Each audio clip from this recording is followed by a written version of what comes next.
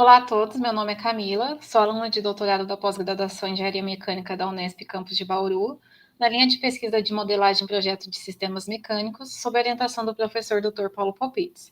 E vou apresentar a vocês um pouco sobre o trabalho que venho desenvolvendo no doutorado, que tem como tema comportamento dinâmico de estruturas periódicas com áreas de seção transversal não uniformes. Começando com uma breve introdução sobre estruturas periódicas, podemos definir estruturas periódicas como arranjos de unidades estruturais que possuem periodicidade, onde tais unidades são denominadas células. O estudo de estruturas periódicas em vibrações mecânicas tem despertado grande interesse na comunidade científica, principalmente porque essas estruturas apresentam um fenômeno conhecido como efeito de espalhamento de Bragg. Esse fenômeno ocorre quando o comprimento de onda se torna comparável ao comprimento das células estruturais, resultando em regiões de frequência onde as ondas não se propagam, nas quais essas regiões são conhecidas como band gaps. Nos últimos anos, diversas áreas da engenharia têm abordado a vibração estrutural de sistemas periódicos, onde as aplicações buscam otimizar as bandas de atenuação para reduzir a propagação da vibração dentro de uma faixa de frequência específica, geralmente frequências mais baixas. As pesquisas recentes também mostram os comportamentos de estruturas periódicas de estruturas finitas e infinitas, e também no caso de estruturas periódicas compostas por células simétricas e assimétricas.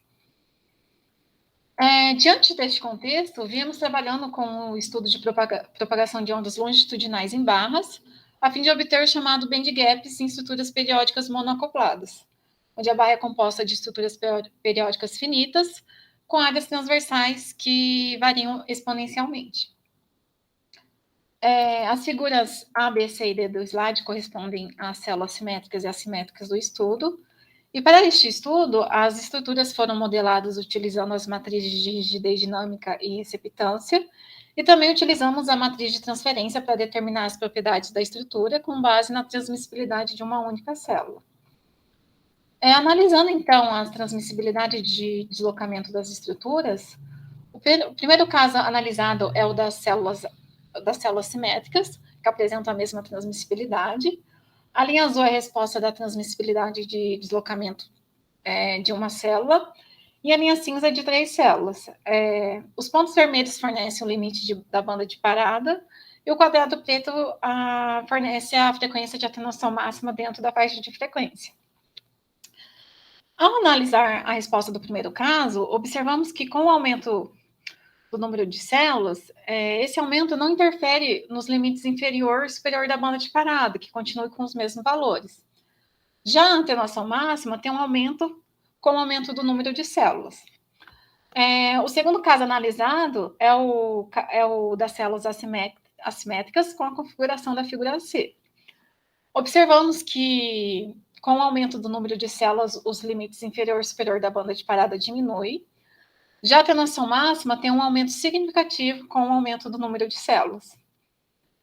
O terceiro caso analisado é a segunda configuração de células assimétricas, e observamos que a transmissibilidade não apresenta a banda de parada, o que destaca a importância da orientação da estrutura assimétrica em relação à posição da força de excitação.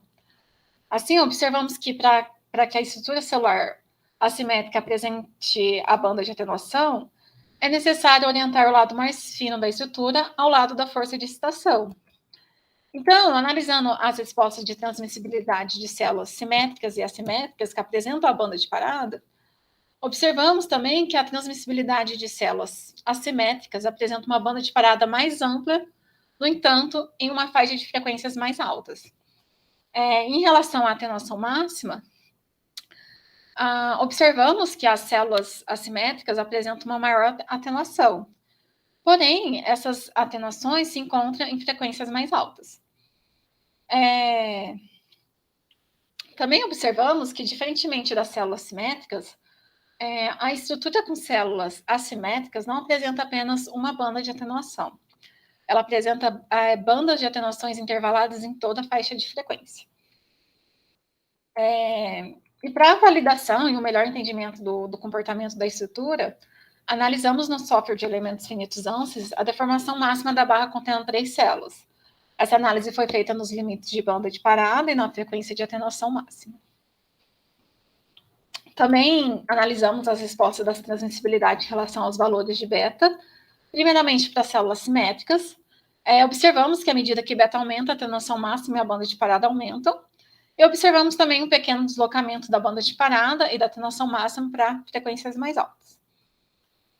Também analisamos a relação do valor de beta em estruturas com células assimétricas. Também foi visto que à medida que beta aumenta, a atenuação máxima e a banda de parada aumentam. Porém, para células assimétricas, notou-se um pequeno deslocamento da banda de parada e da atenuação máxima para frequências mais baixas, ao contrário das células simétricas, que o deslocamento foi para frequências mais altas.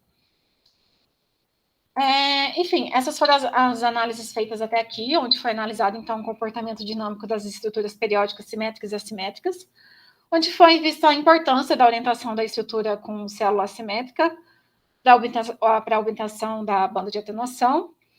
Foi vista a relação ao número de células e a relação ao valor de beta. Vimos, então,